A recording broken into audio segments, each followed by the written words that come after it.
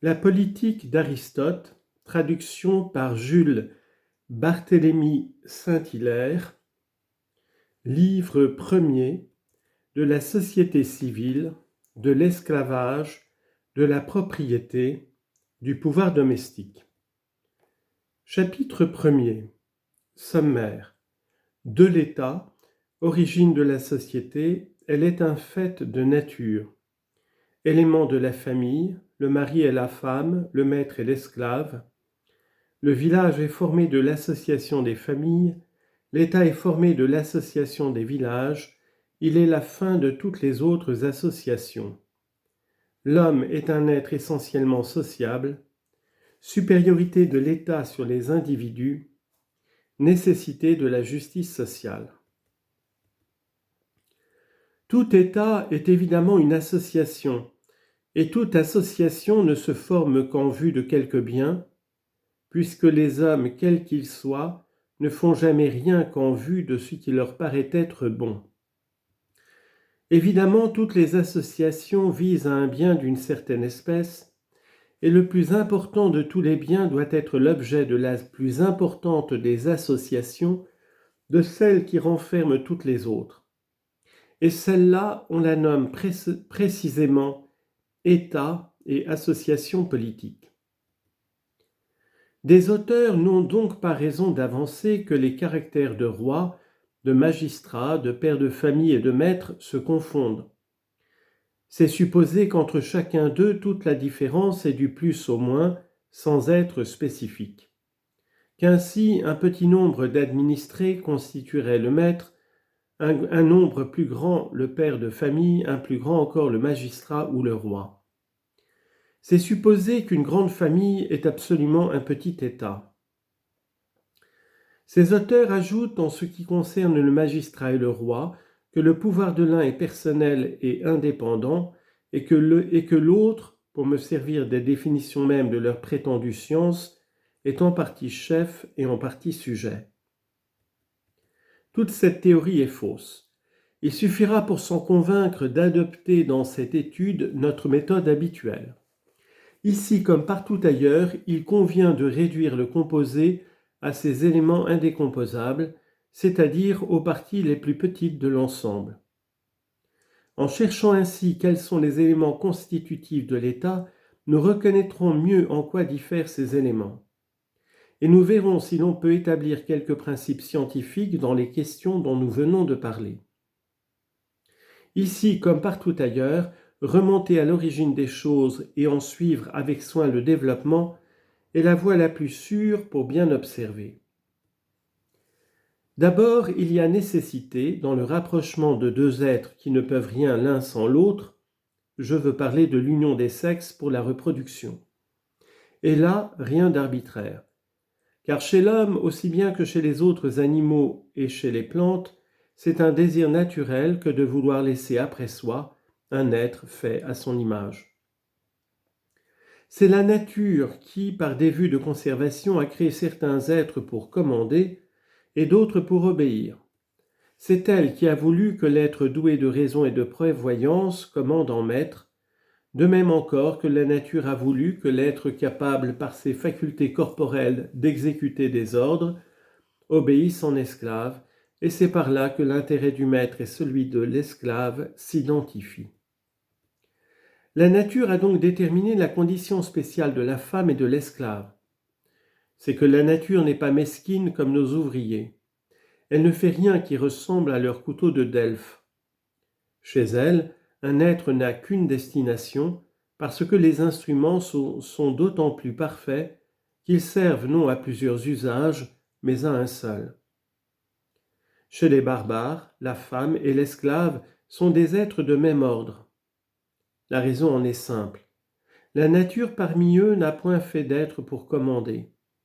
Entre eux, il n'y a réellement union que d'un esclave et d'une esclave, et les poètes ne se trompent pas en disant « Oui, le grec au barbare a droit de commander », puisque la nature a voulu que barbare et esclave se soient tout un. Ces deux premières associations, du maître et de l'esclave, de l'époux et de la femme, sont les bases de la société. Et Hésiode l'a fort bien dit dans ce vers, la maison, puis la femme, et le bœuf laboureur. Car le pauvre n'a pas d'autre esclave que le bœuf. Ainsi donc, l'association naturelle de tous les instants, c'est la famille. Charondas a pu dire, en parlant de ses membres, qu'ils mangeaient à la même table, et Épiménide de Crète qu'ils se chauffaient au même foyer. L'association première de plusieurs familles, mais formée en vue de rapports qui ne sont plus quotidiens, c'est le village, qu'on pourrait bien justement nommer une colonie naturelle de la famille. Car les individus qui composent le village ont, comme s'expriment d'autres auteurs, sucé le lait de la famille. Ce sont ses enfants et les enfants de ses enfants. Si les premiers États ont été soumis à des rois, et si les grandes nations le sont encore aujourd'hui, c'est que ces États s'étaient formés d'éléments habitués à l'autorité royale, puisque dans la famille le plus âgé est un véritable roi. Et les colonies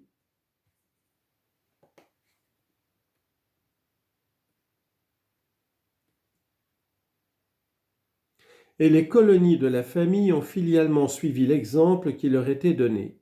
Homère a donc pu dire « Chacun à part gouverne en maître ses femmes et ses fils ». Dans l'origine, en effet, toutes les familles isolées se gouvernaient ainsi. De là encore cette opinion commune qui soumet les dieux à un roi. Car tous les peuples ont eux-mêmes jadis reconnu ou reconnaissent encore l'autorité royale, et les hommes n'ont jamais manqué de donner leurs habitudes aux dieux, de même qu'ils les représentent à leur image. L'association de plusieurs villages forme un état complet, arrivé, si l'on peut dire, à ce point de se suffire absolument à lui-même, né d'abord des besoins de la vie et subsistant parce qu'il les satisfait tous. Ainsi l'état vient toujours de la nature, aussi bien que les premières associations dont il est la fin dernière, car la nature de chaque chose est précisément sa fin, et ce qu'est chacun des êtres quand il est parvenu à son entier développement, on dit que c'est là sa nature propre, qu'il s'agisse d'un homme, d'un cheval ou d'une famille. On peut ajouter que cette destination et cette fin des êtres est pour eux le premier des biens.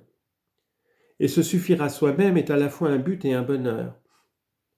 De là cette conclusion évidente que l'état est un fait de nature, que naturellement l'homme est un être sociable, et que celui qui reste sauvage par organisation et non par l'effet du hasard est certainement ou un être dégradé ou un être supérieur à l'espèce humaine. C'est bien à lui qu'on pourrait adresser ce reproche d'Homère, sans famille, sans loi, sans foyer. L'homme qui serait par nature tel que celui du poète ne respirerait que la guerre, car il serait alors incapable de toute union, comme les oiseaux de proie.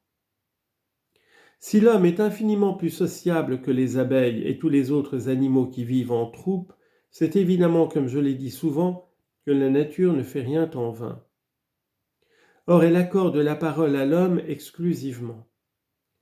La voix peut bien exprimer la joie et la douleur, aussi ne manque-t-elle pas aux autres animaux, parce que leur organisation va jusqu'à ressentir ces deux affections et à se les communiquer.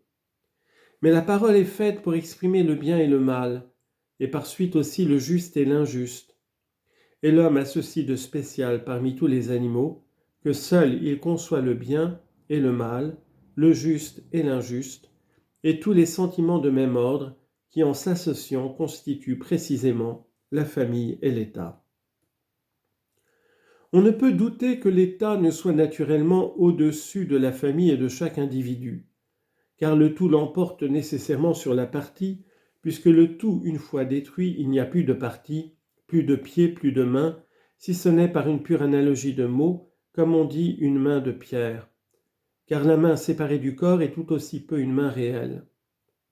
Les choses se définissent en général par les actes qu'elles accomplissent et ceux qu'elles peuvent accomplir.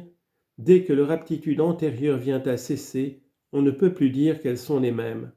Elles sont seulement comprises sous un même nom. Ce qui prouve bien la nécessité naturelle de l'État et sa supériorité sur l'individu, c'est que, si on ne l'admet pas, l'individu peut alors se suffire à lui-même dans l'isolement du tout, ainsi que du reste des parties. Or, celui qui ne peut vivre en société et dont l'indépendance n'a pas de besoin, celui-là ne saurait jamais être membre de l'État. C'est une brute ou un dieu. La nature pousse donc indistinctivement tous les hommes à l'association politique.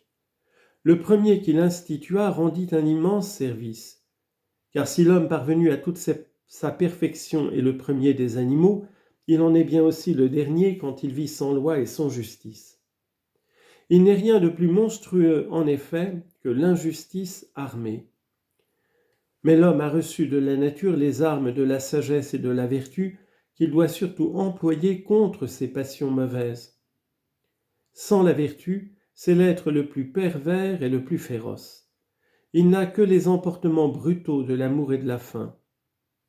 La justice est une nécessité sociale, car le droit est la règle de l'association politique, et la décision du juste est ce qui constitue le droit.